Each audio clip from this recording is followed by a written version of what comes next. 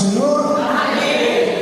Estamos mais uma vez juntos e continuando aqui o nosso pré-discipulado, né?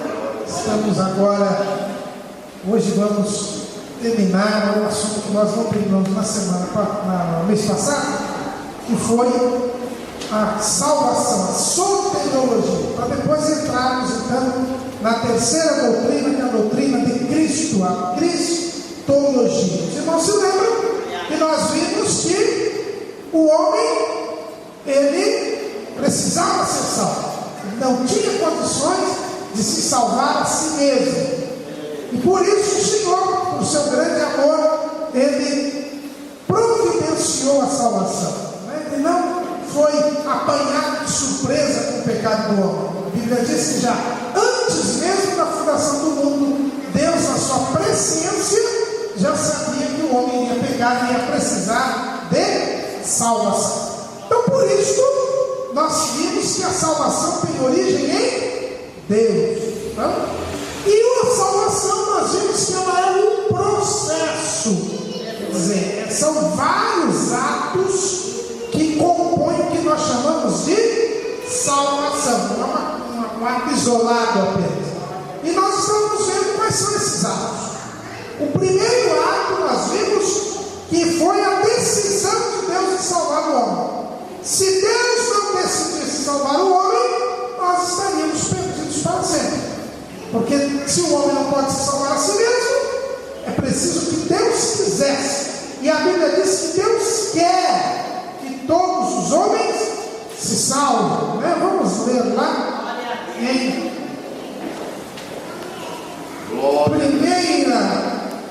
1 Timóteo capítulo 2, vamos ler os versículos 3 e 4. Glória, glória, glória a Deus. 1 Timóteo 2, 3 e 4. Porque isto é bom e agradável diante de Deus, nosso Salvador. Quer que todos os homens se salvem e venham ao conhecimento da verdade. Amém. Então Deus, nosso Salvador, quer que todos os homens se salvem e venham ao conhecimento da verdade. Ele decidiu, ele quis que o homem fosse salvo. Então, por isso que nós dissemos na vez passada que as pessoas vão para o inferno, para a perdição eterna, porque elas querem ir. Deus quer salvar todos os homens. Agora, Deus não vai salvar todos os homens. Não basta Deus querer. É preciso que os homens também queiram ser salvos, porque Deus criou o homem com livre arbítrio. Então, o primeiro ato da salvação é a decisão de Deus. Deus escolheu os homens para serem salvos. Esse ato que nós chamamos de eleição, a eleição, a escolha de Deus. Não é que Deus escolheu uns para ser salvos e outros para ser perdidos, como ensinam alguns movimentos aí. Não, nós lemos aqui, Deus quer que todos os homens se salvem. Então, o primeiro ato é a eleição. O segundo ato nós vimos foi a predestinação. O que é a predestinação? Vamos ler lá em Marcos, capítulo 16, versículo 16. Quem crê e for batizado será salvo, mas quem não crê será condenado. Essa que é a predestinação.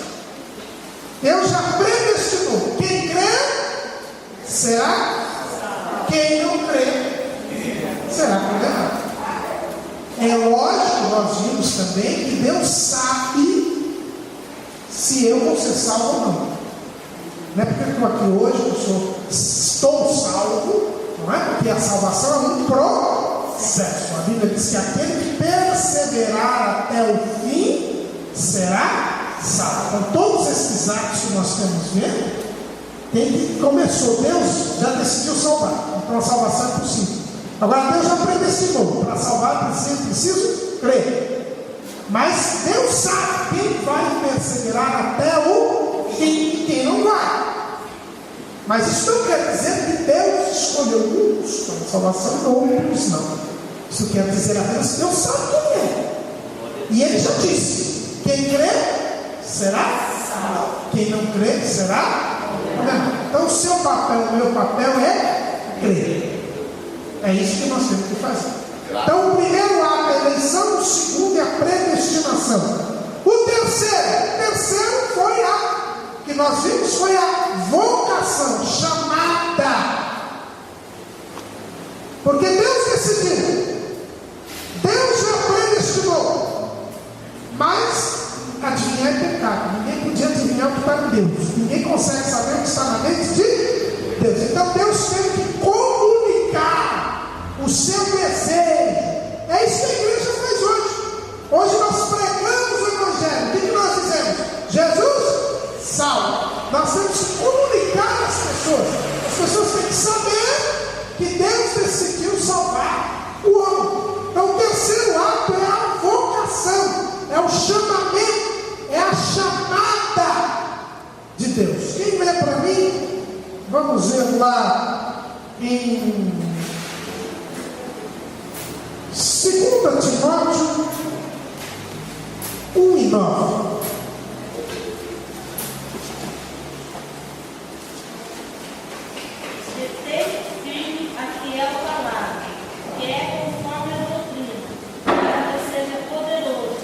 Não, 2 Timóteo 1:9. 2 Timóteo 1:9. Que nos salvou e chamou com uma santa vocação, não segundo as nossas obras, mas segundo o seu próprio propósito, e graça que nos foi dada em Cristo Jesus, antes dos tempos dos séculos. Então, Ele nos chamou com uma santa vocação. Ele nos faz um chamado. Por isso que quando Jesus começou a pregar, qual era a pregação dele? Arrependei-vos e crede no Evangelho. Então, Deus tinha que falar para o homem que ele queria que o homem fosse salvo. E ele falou para o homem quando? A primeira vez. A primeira pregação do Evangelho foi Deus que pregou. O próprio Deus que pregou. Lá no Jardim do Éden. Quem lembra para mim? Gênesis 3:15. Por isso que esse versículo, Gênesis 3:15, ele é chamado de proto-evangelho. Quer dizer, é o primeiro evangelho. É a primeira pregação do evangelho. Foi o próprio Deus que pregou, em pessoa. Gênesis 3:15. E porém inimizade entre ti e a mulher, entre a tua semente e a tua semente. Essa te ferirá a cabeça, e tu lhe ferirás o calcanhar. Assim que o homem pecou, o próprio Deus disse para o homem que ele ia ser salvo. O próprio Deus disse: olha, hoje você está inimigo meu por causa do pecado, mas vai nascer alguém da mulher que vai nos tornar amigos de novo. Vai nascer alguém da mulher que vai reatar essa comunhão que nós perdemos agora por causa do pecado. Porque o próprio Deus foi o primeiro a pregar o Evangelho. Ele comunicou a salvação. Então nós temos a eleição, a predestinação e a vocação ou chamamento. O outro item é isso. Não adianta agora. Agora nós pregamos o Evangelho. Deus avisa o homem que ele tem que ser salvo. Mas aí o que acontece para ser salvo? Acontece a fé salvadora. Quem lê para mim Efésios 2:8.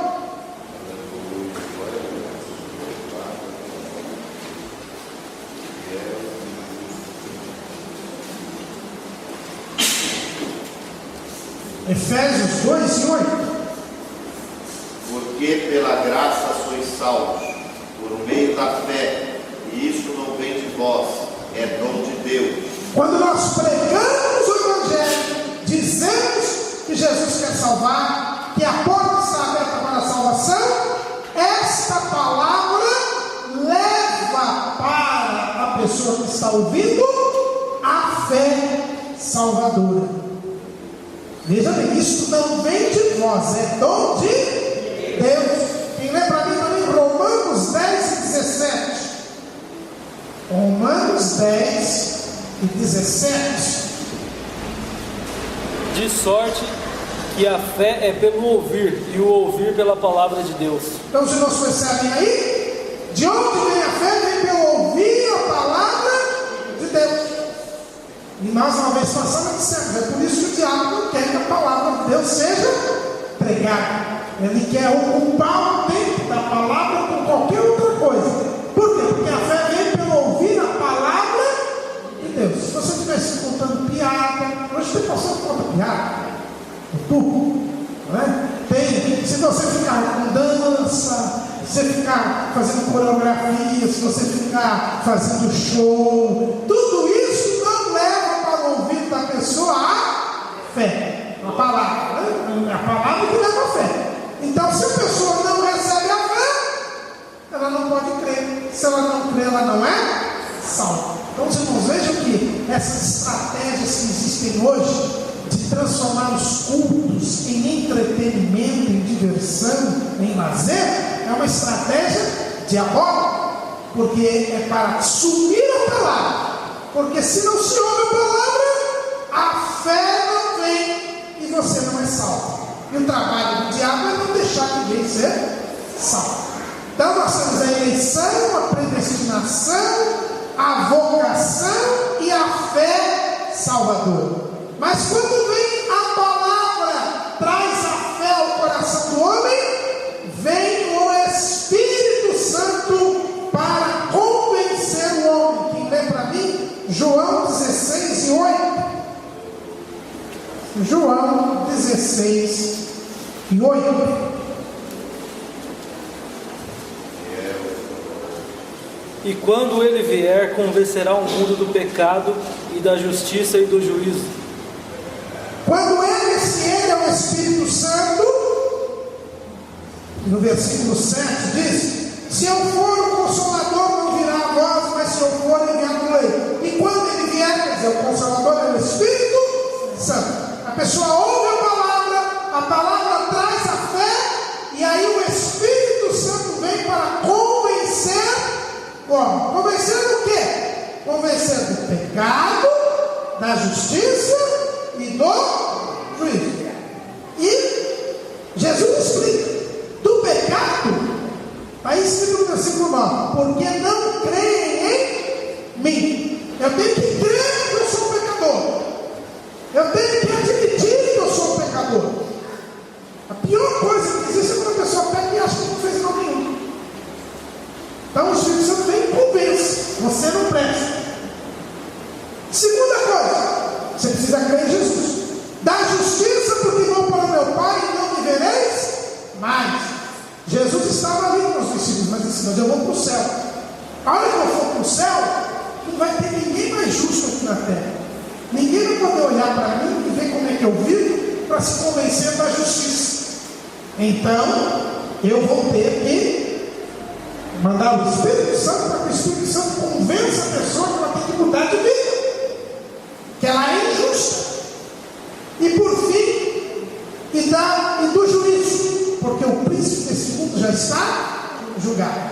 Eu tenho que ser convencido que tudo que o diabo está fazendo aí, que toda a maldade que existe aí, será punida no futuro. Porque os irmãos sabem bem hoje, principalmente nos dias que nós estamos vivendo, parece que o errado sempre não está. Parece que quanto mais errado, melhor. Nós não vemos punição nenhuma, vemos uma impunidade completa. Isso até desanima as pessoas em fazerem o bem. Já na década de 20, o grande Rui Barbosa já dizia: eu tenho vergonha de ser honesto. Naquele tempo, imagine hoje, não é? A gente vê umas cachoeiras por aí, não é? E vê um monte de coisa assim, e você fala: mas...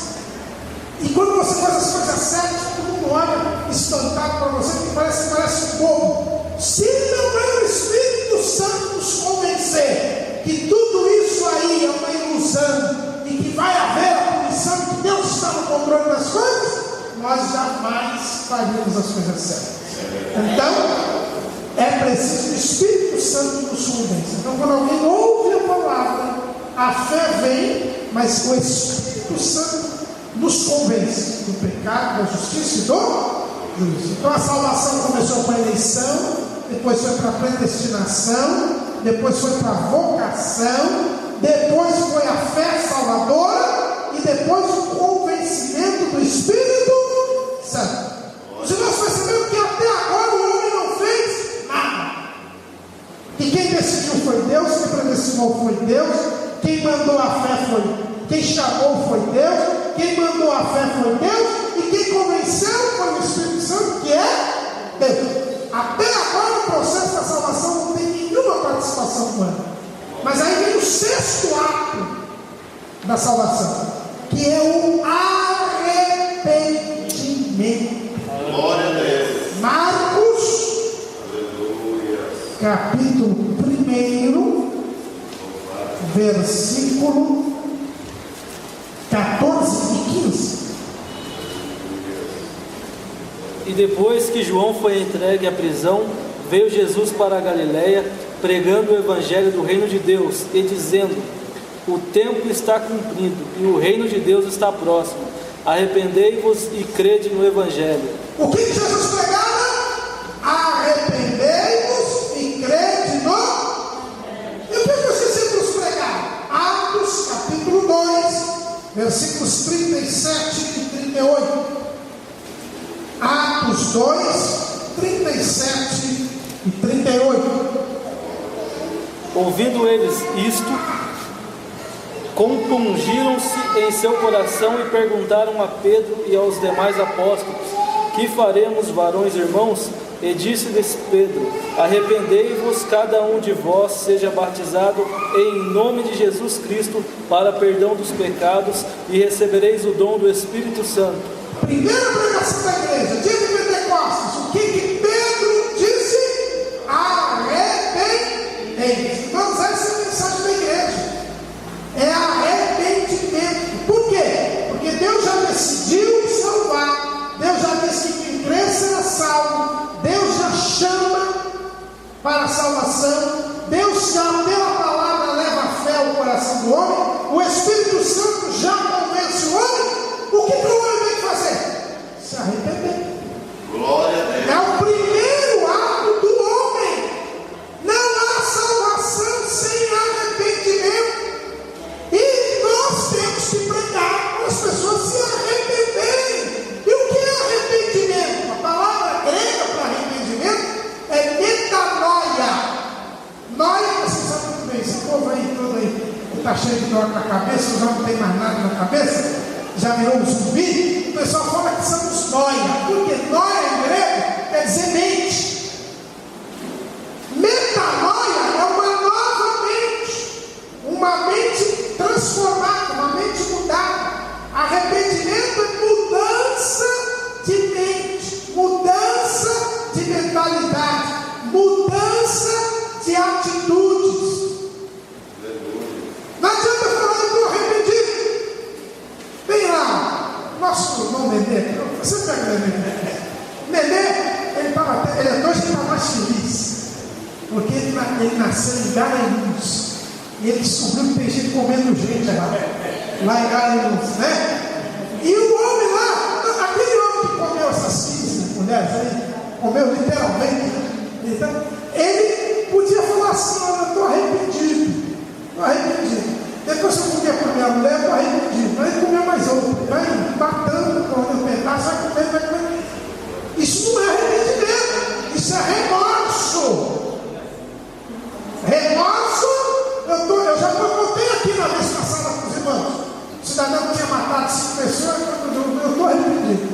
Quando matou a 4, ele falou para mim: estou arrependido. Depois ele foi solto, depois ele matou mais um, aí depois falou para mim: eu estou arrependido. Isso não é o arrependimento, é mudança de atitude. Glória. Hoje o que está faltando em muitos lugares que se dizem igrejas, que se dizem servidores de Cristo, é pregar o arrependimento.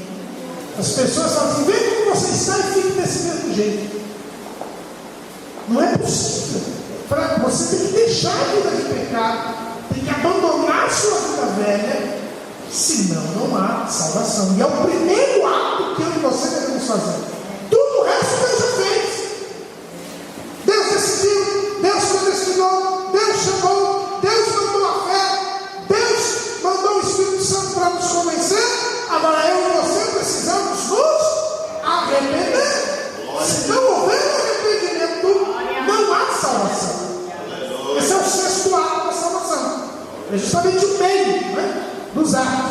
Nós temos aí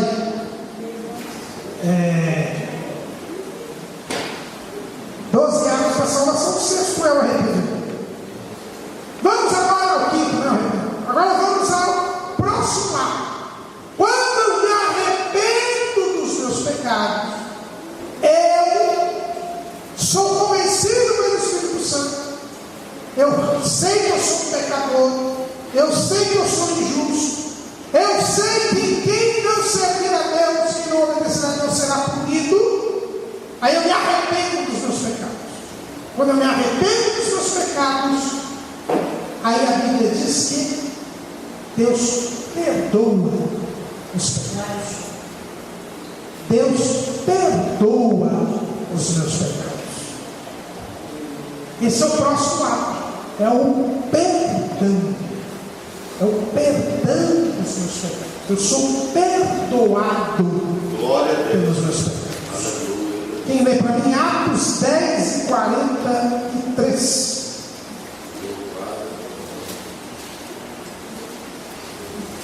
A este dão testemunho todos os profetas, de que todos os que nele creem receberão o perdão dos pecados pelo seu nome. Todos os que creem em Jesus recebem o perdão dos pecados. Deus perdoa. Quem lê para mim lá? Isaías 55, versículos 6 e 7. Buscai ao Senhor enquanto se pode achar, invocai enquanto está perto. Deixe o ímpio o seu caminho e o homem maligno os seus pensamentos. E se converta ao Senhor, e se compadecerá dele. Torne para o nosso Deus, porque grandioso é em perdoar. Deus é grandioso em perdoar. Uma das grandes armadilhas do diabo, irmãos, é colocar na cabeça de alguém que Deus não vai perdoar o pecado que ele cometeu. Não, o seu pecado foi muito grave.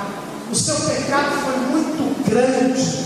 Irmãos, Deus diz aqui na sua palavra: todos os que creem nele recebem o perdão dos pecados pelo seu nome. É no nome de Jesus que nós somos perdoados, pela autoridade de Jesus. Jesus venceu a morte, Jesus venceu o pecado, Jesus morreu por nós. Aleluia. Jesus fez o seu sacrifício aceito.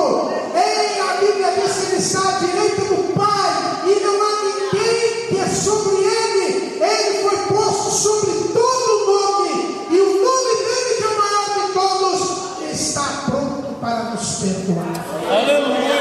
Então não se deixe abater pela tentação, pelas vozes do inimigo. Não existe nenhum pecado que Jesus não possa perdoar.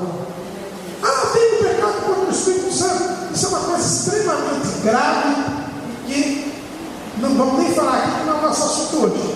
Mas quem pecar contra o Espírito Santo não vai sentir nem desejo de ser perdoado. Se você tem desejo de ser perdoado, se você sente a sua consciência aquele pecado, é porque você não pecou contra o Espírito Santo. Não peça perdão e Jesus te perdoa. Aleluia! Tem mais uma coisa: pode ser que o homem não te perdoe, pode ser que a igreja não te perdoe, mas o que importa é que Jesus perdoa. Quando ele perdoa, ele esquece. Porque tem hoje em dia por aí um pessoal que perdoa, mas não esquece. Não é? Tem gente assim que diz assim: ele perdoa, mas ele não esqueceu. Mas Deus não. Deus, ele perdoa perdoa. E a Bíblia diz que ele não se lembra mais. Quem lembra ali? Hebreus 8 e 12.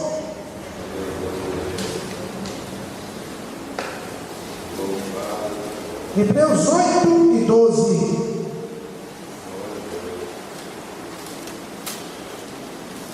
Porque serei misericordioso para com as suas iniquidades e de seus pecados e de suas prevaricações.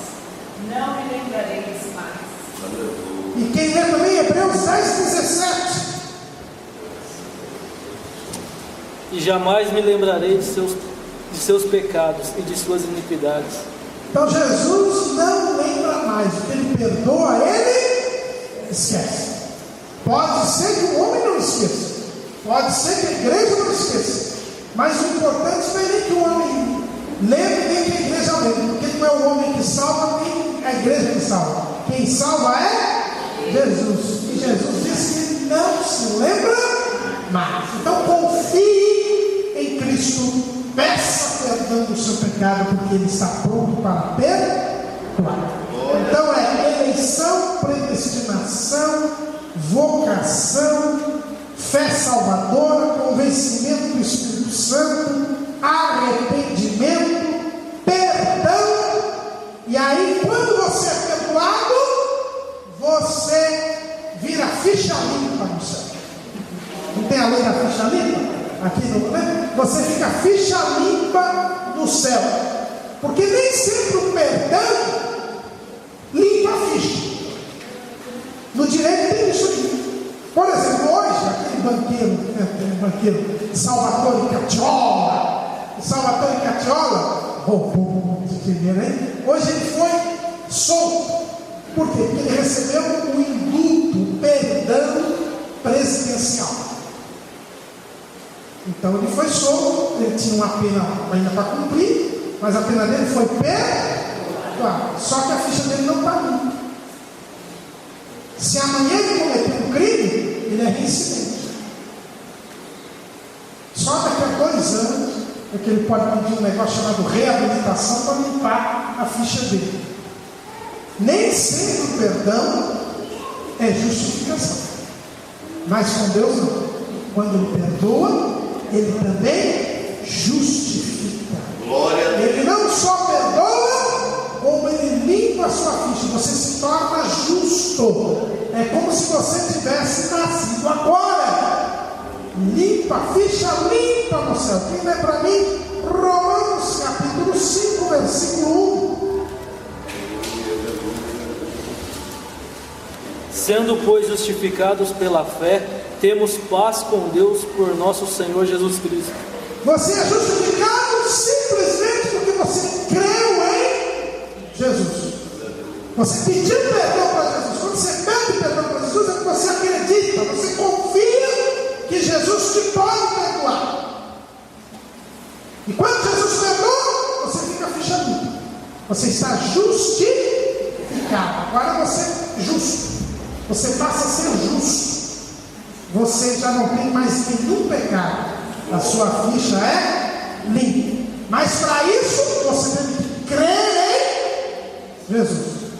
Não se justifica pelas obras, irmãos. Tem gente que quer pagar os pecados fazendo caridade, fazendo boas obras, ajudando o pobre, dando banho no velhinho. Isso é muito bom, Deus gosta disso. Só que isso não limpa pecado de ninguém. Ah, eu dou dízimo, eu venho todo culto, eu obedeço ao pastor, eu sou assíduo nos cultos. Isso é muito bom, Deus se agrada, mas não limpa pecado de ninguém. O que justifica é a fé em Jesus. E se eu tenho fé em Jesus, eu faço o que Ele manda. Ter fé não é dizer assim, eu acredito em Jesus. Nem rezar o credo. Creio em Deus Pai, Todo-Poderoso, Criador dos céus e da terra. Eu creio, eu creio. Isso não resolve. Isso não resolve. Você vai crer em Jesus na hora que, se você fechar o olho assim O cidadão vai entrar lá na firma que você trabalha, vai limpar todo mundo e vai te dar 10%. Você só fechou o olho assim. Aí você não crê em Jesus. Não, mas se eu não deixar ele entrar, ele falou que vai me matar. Deus não entende coisa nenhuma. Se você crê em Jesus, você é fiel a Ele. Por mais que você sofra, você prefere obedecer a Deus. É o que Pedro disse lá em Atos, vamos ver lá, Atos dos Apóstolos, capítulo 5, versículo 29. Porém, respondendo Pedro e os apóstolos disseram: mais importa obedecer a Deus do que aos homens. Eles foram levados diante do Sinédrio, o mesmo órgão que tinha mandado matar Jesus. Se eu fosse Pedro, na hora que o Sinédrio virou e falou: já não falando que vocês não pregaram no nome desse homem? Eu olhava assim, se eu fosse Pedro, eu acho que ia fazer assim: espera um pouquinho, eu sou só apóstolo, Jesus é o Salvador. Esses homens mandaram matar Jesus e não comigo. O que aconteceu? Mataram mesmo. Então, como Jesus disse: vou ficar velhinho, não é? Não foi Jesus nessa situação, falou que Pedro ia ficar velhinho e tal. Então eu tenho que ficar quietinho aqui. Não, tá bom, não. Agora eu não vou pregar mais, eu vou ficar falando aí nos ouvidos das pessoas e tal. Aí eu vou. Jesus disse que eu vou ficar velhinho, né? E se eles mataram Jesus, quem sou eu? Se Jesus não pode comer, como eu vou comer? Não, ele cria em Jesus. Ele disse: mais importa obedecer a Deus do que aos homens.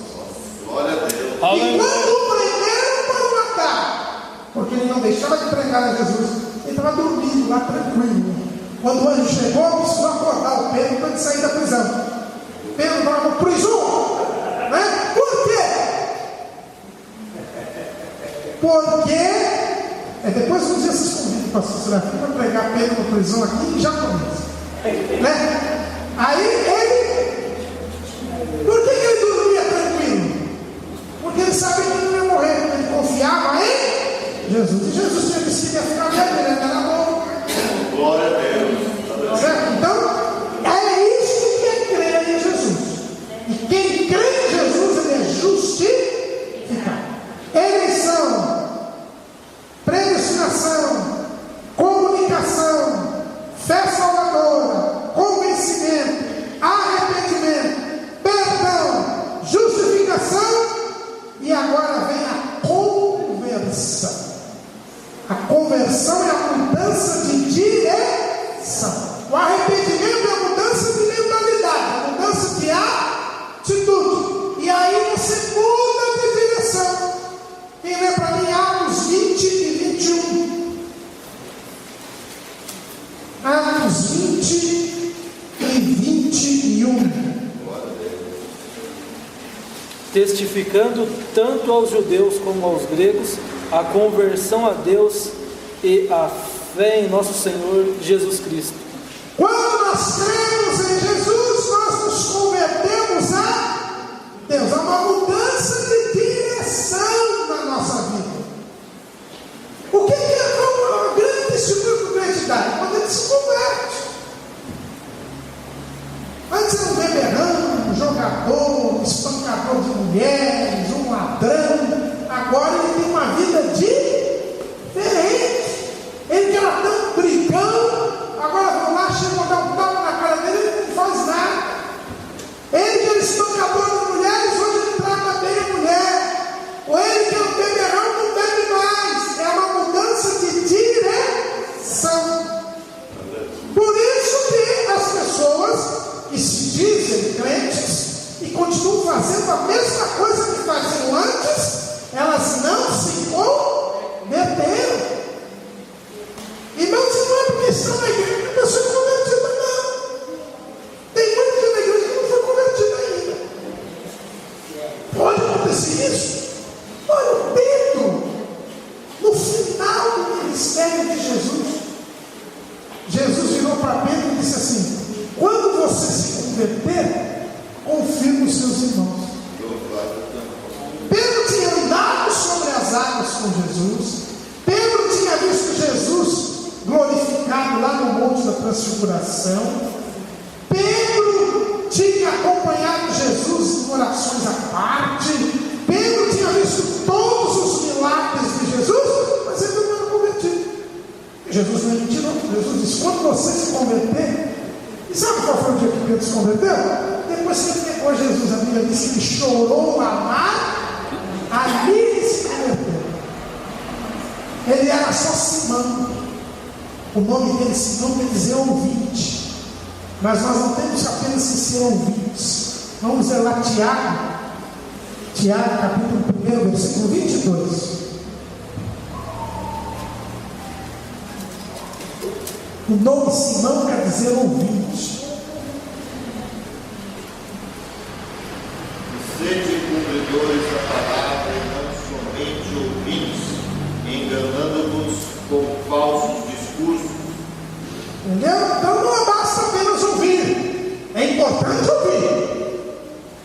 É necessário ouvir, porque sem ouvir nós não temos a fé, como eu disse. Mas não basta ouvir. É preciso também cumprir. E só cumpre o convertido. Aquele que se converteu a Deus. Quem dirige aqui sabe muito bem que toda a placa fala conversão à direita, conversão à esquerda, proibida a conversão. Conversão é mudança de direção. Se você não muda a direção, se a pessoa não muda a direção da vida dela, é porque ela ainda não se converteu. Mas na salvação, e esse é o segundo ato humano, veja bem, a eleição, a predestinação, a vocação, a fé salvadora, o convencimento do Espírito Santo é coisa de Deus. O arrependimento é do homem. O perdão é de Deus. A justificação é de Deus. Agora a conversão é do homem. É por isso que a salvação tem uma participação humana. O homem não se salva a si mesmo, mas sem o homem não tem salvação. Depois da conversão nós temos a regeneração, ou novo nascimento. A regeneração ou novo nascimento. Por quê? Quando há essa conversão, nós agora somos uma outra pessoa. Os próprios incrédulos, eles falam que ele mudou, ele é outra pessoa. Eles não falam, eles falam, não, João agora é uma outra pessoa. Por quê? Porque ele mudou. Ele agora é uma nova criatura. Ele nasceu de novo. Foi o que Jesus disse lá, João 3:3. Lê para mim. João 3:3.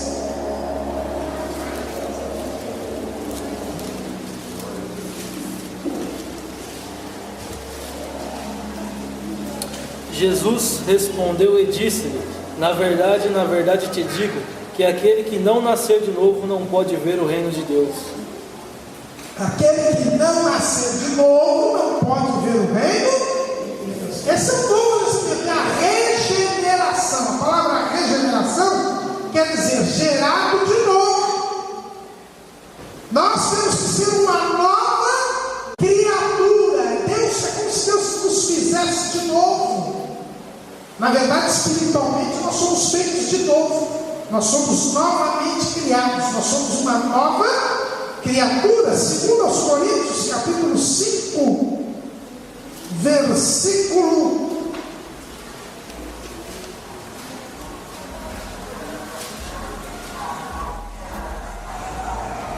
17. Assim que se alguém está em Cristo, nova criatura é. As coisas velhas já se passaram, eis que tudo se fez novo. Então a salvação, nós nascemos de novo. Nós somos uma nova criatura.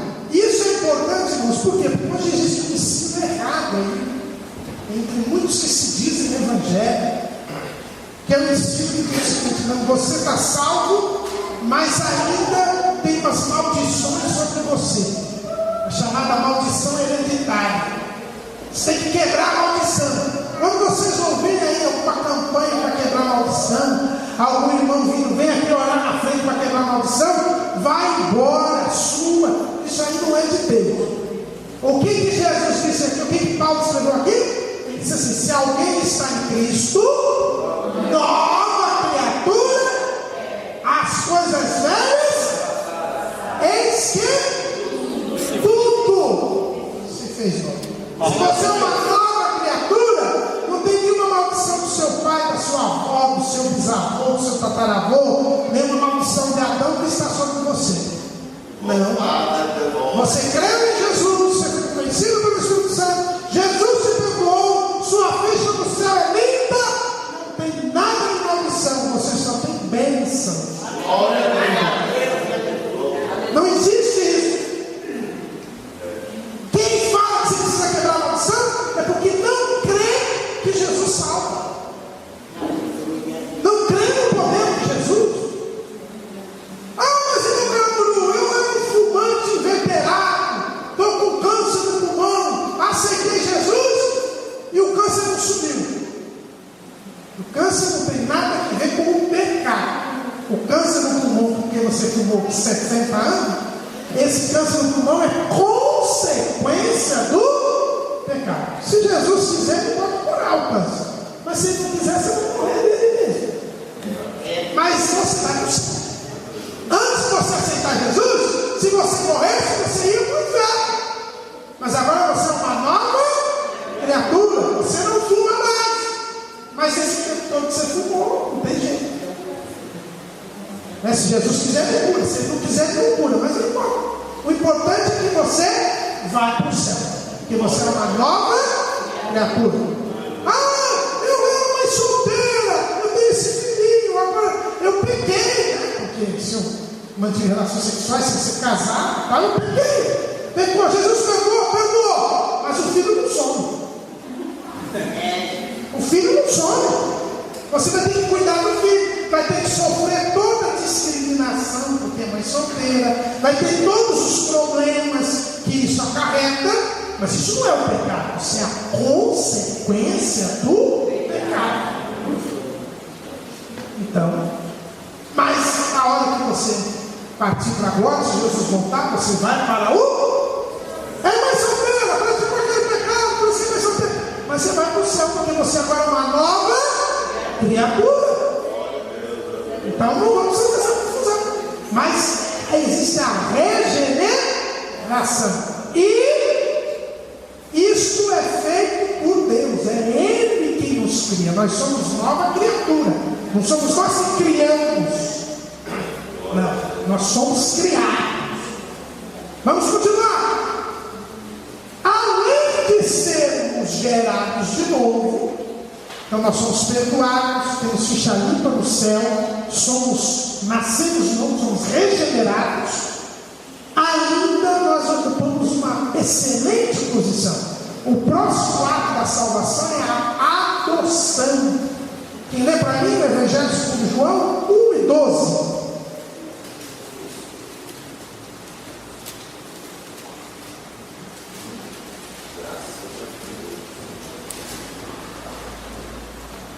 Tendo muito que escrever-vos. João, Evangelho segundo João 1:12. Mas a todos quanto receberam, deu-lhes o poder de serem feitos filhos de Deus, aos que creem em seu nome. Você não só passa a ser ficha limpa no céu, você não só agora é uma nova criatura, mas além de tudo você se torna filho de Deus. Nós somos adotados por Deus. Eu passo a ser filho de Deus. Eu não sou apenas criatura. O pessoal da congregação que gosta muito dessa expressão, né? Que está correto, não é? Todas as pessoas são criaturas. Todos os homens são criaturas de Deus. Porque Deus criou a todos os homens. Mas nem todos são filhos de Deus. A gente ouve por aí o cidadão dizendo assim: mas eu também sou filho de Deus. Não é? Costumo falar isso aí. Eu também sou filho de Deus. Não sei se você é filho de Deus. Você só vai ser filho de Deus se você aceitar Jesus como seu Senhor e Salvador. Para ser filho de Deus, o que diz a Bíblia?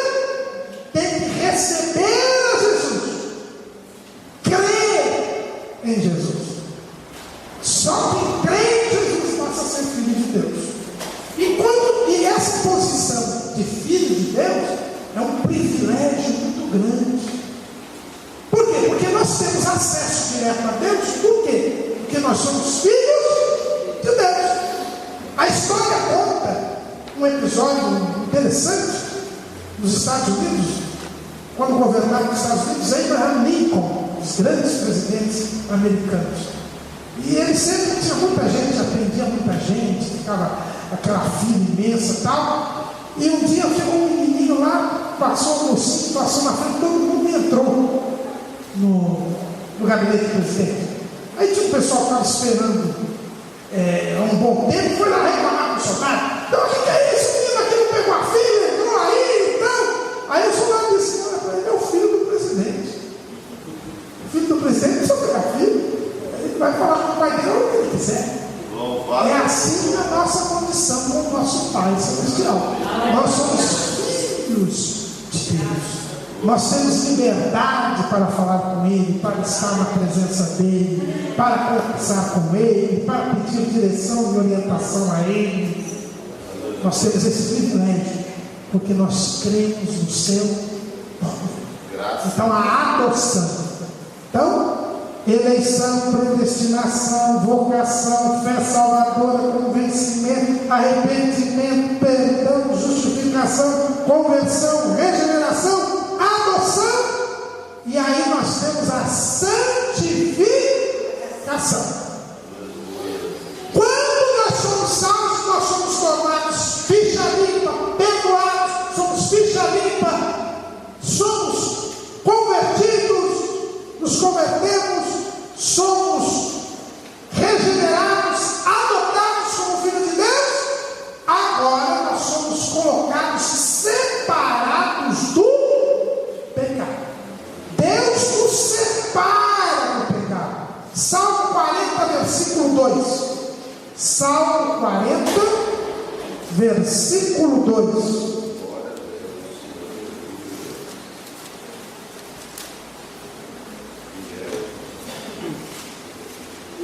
Tirou-me de um lago horrível, de um charco de lodo, pôs os meus pés sobre a rocha e firmou os meus passos. Então, nós somos tirados do lamaçal do pecado. Nós já falamos disso quando falamos da doutrina do pecado, e somos colocados sobre a rocha, e Ele firma os nossos passos. Isso é a santificação. Santificação é ficar santo, justificação é ficar justo, e agora também nós ficamos santos. O que é ser santos? Ser santos não é torcer para o time do Pelé. Ser santos, eu sou tanto do Pelé, né? Ele fez 100 anos agora, o santo. Mas ser santos é ser separados do pecado. Ser santo também não é fazer milagre. Na igreja romana, o cidadão dizem que ele fez 2 milagres e ele vira santo. Quando ele faz milagre só, ele só vira beato. Mas se ele faz 2 milagres, ele fica santo. Só que você não precisa fazer milagre para ser santo. Você, para ser santo, precisa ser separado do pecado. E Deus faz isso conosco. Ele tira do pecado a maçã do lodo, coloca o nosso pé sobre a rocha, que é Jesus, e firma os nossos passos. Então, a primeira santificação, quem faz é Deus. É a santificação que se chama posicional. Por quê? Porque Ele muda a nossa posição. Foi o que Ele prometeu lá no Éden. O que Ele disse? Vocês vão se tornar inimigos do diabo e voltam a ser meus amigos. Não foi isso que a gente deu hoje aqui? Gênesis 3:15. Então essa é o primeiro ponto da santificação. Quem faz é Deus. Porque você não tinha como sair da lamaçal do pecado. Olha como o salmista diz: tirou-me.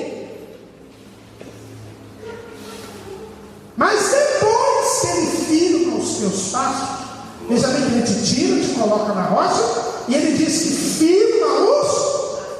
Agora quem é que tem que andar? É Ele ou nós? Nós já vimos isso quando a gente estudou no pecado. Aí vem a outra santificação. É a santificação progressiva. Ele firma os nossos passos e agora nós temos que andar. Quem tem que andar somos nós.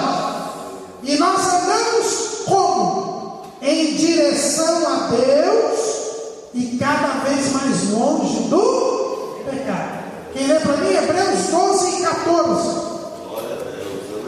Hebreus 12 e 14. Segui a paz com todos e a santificação, sem a qual ninguém verá o Senhor. Sem a santificação ninguém verá Eu tenho que andar em direção a Deus. Quanto mais eu ando em direção a Deus, mais longe eu fico do pecado. Essa é a santificação progressiva. Por quê? É dia após dia. Eu tenho que seguir a santificação. A primeira santificação é um ato de Deus. Ele me perdoa os pecados e me separa do pecado. Mas essa santificação, que é um ato meu e de Deus, porque é uma parceria. Eu ando em direção a Deus, fujo do pecado, e Deus me guarda, e Deus me acompanha neste meu andar em direção a Ele. Quem lê para mim, Tiago, capítulo 4, versículo 8.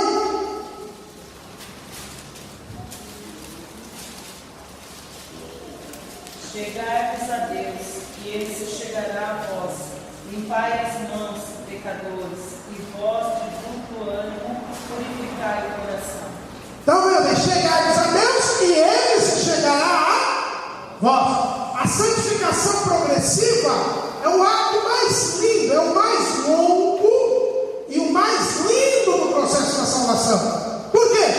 Porque até agora o que a gente viu? Eleição, Deus. Predestinação, Deus. Chamamento, Deus. Fé salvadora, Deus. Convencimento, Deus. Arrependimento, o homem. Perdão dos pecados, Deus. Justificação, Deus. Conversão, o homem. Depois, regeneração, Deus. Adoção, Deus. Santificação posicional, Deus. E agora, santificação progressiva, Deus e o homem, os dois. Chegai-vos a Deus, e Ele se chegará a vós.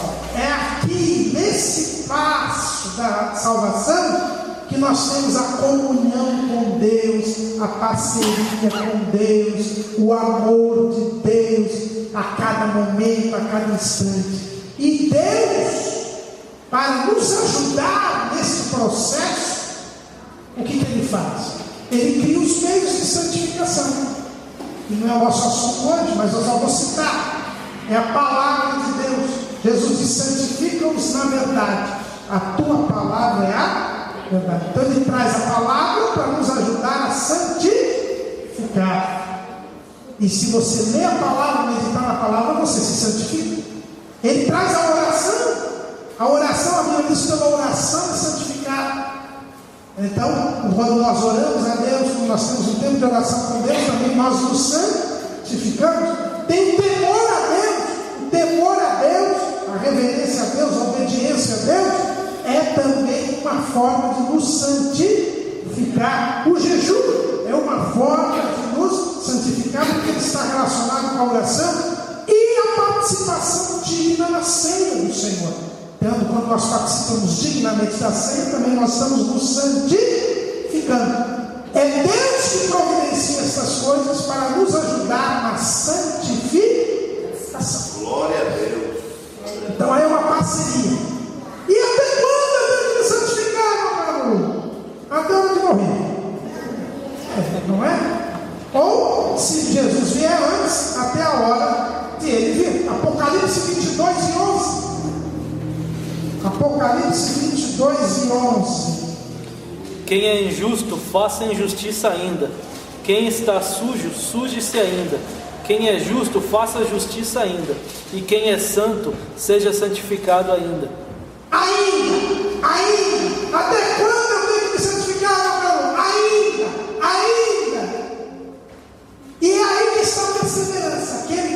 perseverar até o fim. Se você se mantiver separado do pecado até a hora da sua morte, ou até a vinda de Jesus, você é salvo.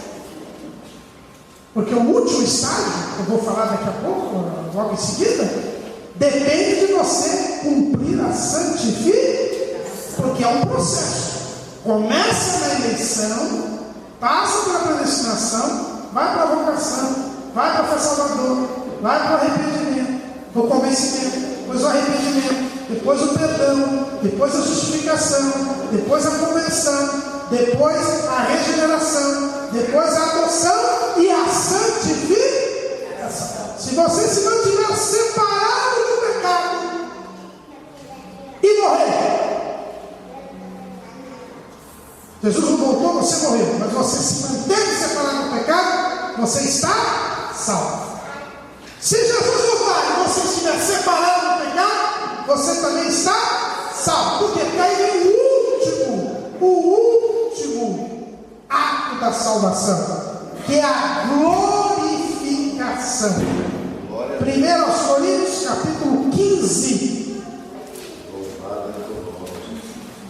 Vamos ver só os versículos 51 e 52. Eis aqui vos digo um mistério. Na verdade, nem todos dormiremos, mas todos seremos transformados. Num momento, num abrir e fechar de olhos, ante a última trombeta. Porque a trombeta soará e os mortos ressuscitarão incorruptíveis, e nós seremos transformados. Quando Jesus voltar para buscar a igreja, os que tiverem morridos em santidade, separados do pecado, eles vão ressuscitar.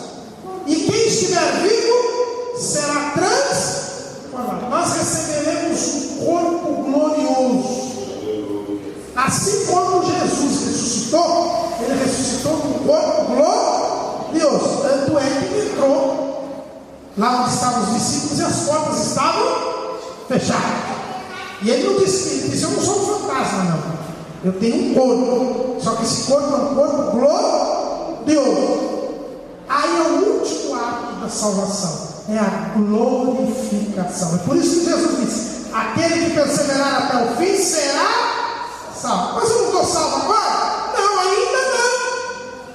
Por quê? Porque para você ser salvo, você tem que se santificar ainda. A pessoa só é salva, só completa a salvação dela se ela morre em santidade. Ou se Jesus voltar e ela estiver naquele momento em santidade. Aí sim, também é um ato de Deus, é a glorificação. Só para a gente encerrar essa parte, Romanos 8 e 30.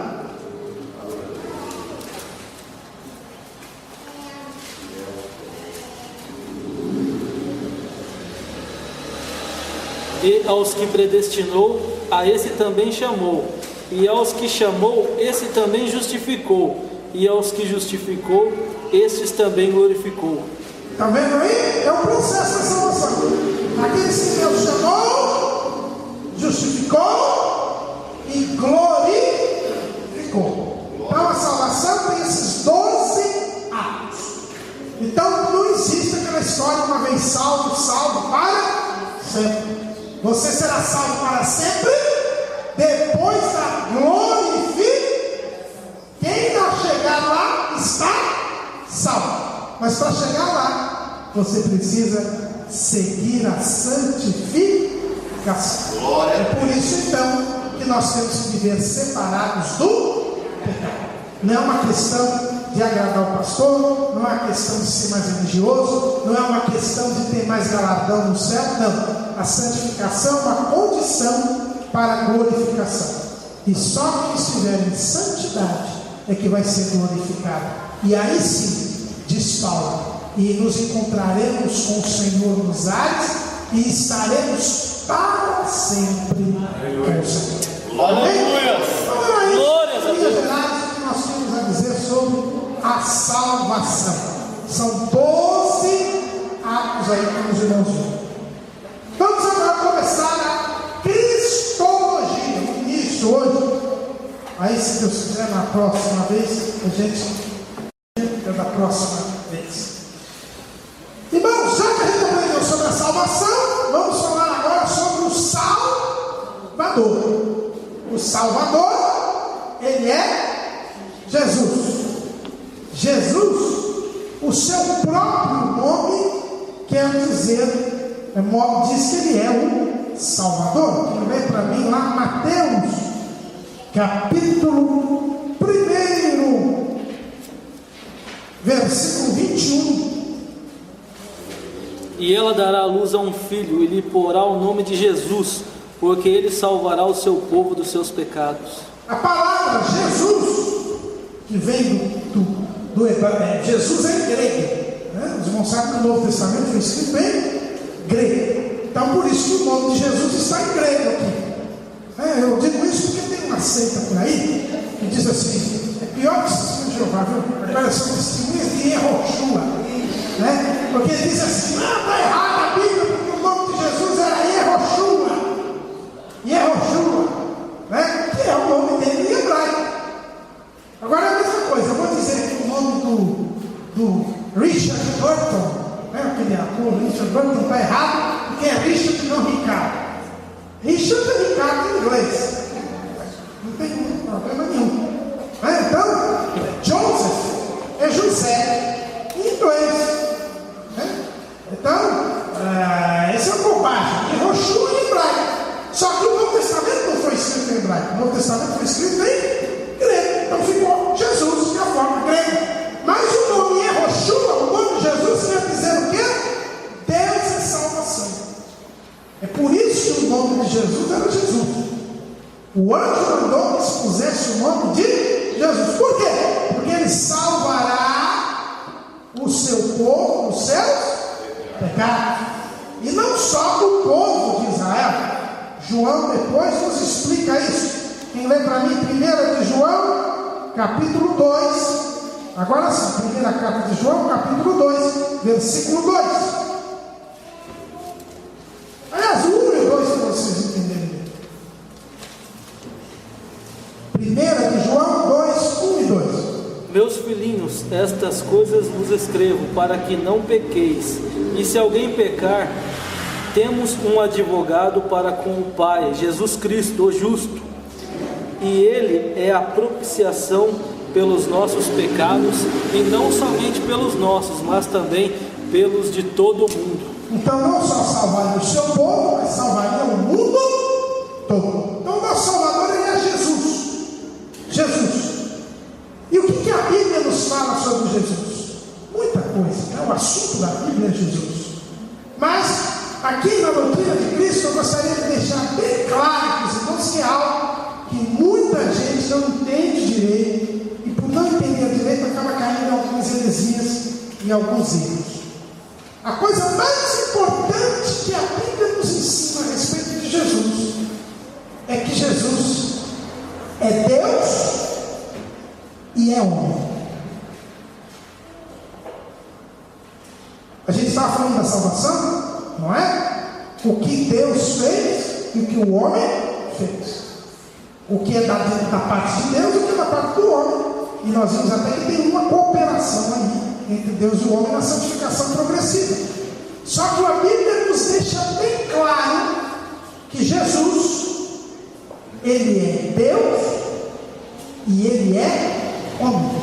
Ele é as duas coisas, embora ele seja uma pessoa só. Jesus é uma pessoa só, mas ele é Deus e ele se fez homem. E coisa que pouca gente sabe e às vezes se confunde, continua hoje sendo Deus e sendo homem. Porque tem umas pessoas que acham assim: Jesus era Deus, aí ele se fez homem e agora ele voltou a ser Deus. Está errado isso. Nunca pense assim.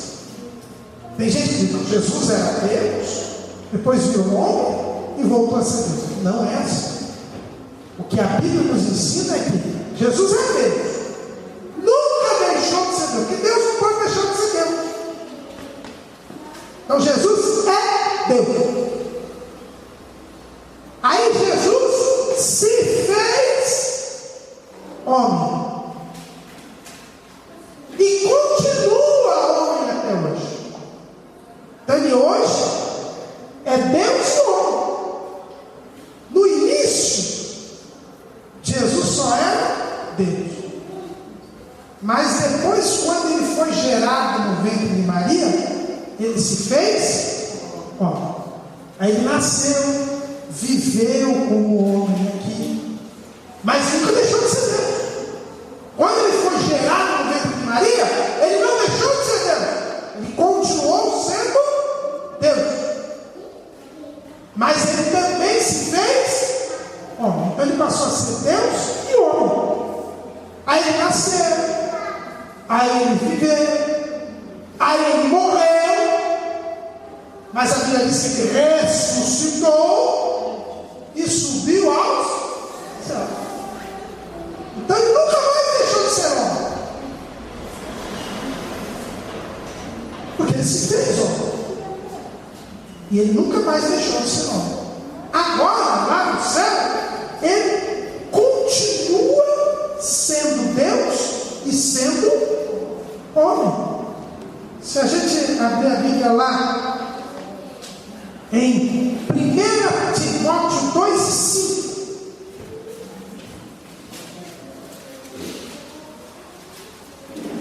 Timóteo 2,5. Porque há um só Deus e um só mediador entre Deus e os homens, Jesus Cristo, o homem. Vejam bem, quem que está mediando? Quem é o intermediário entre Deus e os homens? O que está escrito aí? Jesus Cristo, homem. Então, quem está à direita do Pai, agora lá no céu, é Jesus, Deus e homem. E ele, inclusive, ele é nosso mediador enquanto homem. E se ele não fosse homem, ele não poderia ser o nosso mediador. Homem. Eu sei que é meio complicado, mas é isso que nós temos que entender. Então nunca diga, Jesus era Deus, virou homem e voltou a ser Deus. Não. Jesus é Deus. Nunca deixou de ser Deus. Mas num determinado momento ele se fez homem. E permanece até hoje. Deus é homem. Então vamos ver agora as provas de que Jesus é Deus. Eu digo por quê? Porque muita gente nega a divindade de Jesus. Hoje a principal doutrina contrária à palavra de Deus é a que nega a divindade de Jesus. Vocês podem ir lá entre os muçulmanos. Os muçulmanos dizem que respeitam Jesus, gostam de Jesus, o Alcorão fala de Jesus, mas para eles Jesus é um profeta. Eles não aceitam que Jesus é Deus. Os judeus mataram Jesus, porque Jesus disse que era Deus. Eles não aceitam que Jesus é o Messias, porque ele disse que era Deus. Eles não aceitam. Eles estão esperando o Messias homem. Eles não aceitam a divindade de Jesus. Os espíritas, eles dizem que Jesus é um grande espírito iluminado, é o mais iluminado de todos os espíritos, mas não aceitam que Jesus seja Deus. Eles negam a divindade de Jesus. A nova era, e essa linha aí esotérica, também diz que Jesus é um divino, iluminado, mas não aceitam que Jesus é Deus. As testemunhas de Jeová, os amigos aí do Nenê, eles dizem que Jesus, tem até um dos livros, ele diz assim: Jesus, o homem mais perfeito que já houve, mas eles negam que Jesus é Deus. Por quê? Porque ninguém pode admitir que Jesus é Deus a não ser pelo Espírito Santo. Tem que ser convencido pelo Espírito Santo. Então Jesus é Deus E a Bíblia mostra claramente que Jesus é Deus. Vamos ver. Primeiro, o Evangelho que escreveu João, capítulo 1, versículo 1. Esse é o versículo mais básico, né? De 1 a 3. João, o Evangelho segundo João, de 1 a 3. No princípio era o Verbo estava com Deus, e o Verbo era Deus. Ele estava no princípio com Deus. Todas as coisas foram feitas por Ele, e sem Ele nada do que foi feito se fez. Então aqui é bem claro, o verbo. Quem é esse verbo? A palavra verbo aqui quer dizer palavra.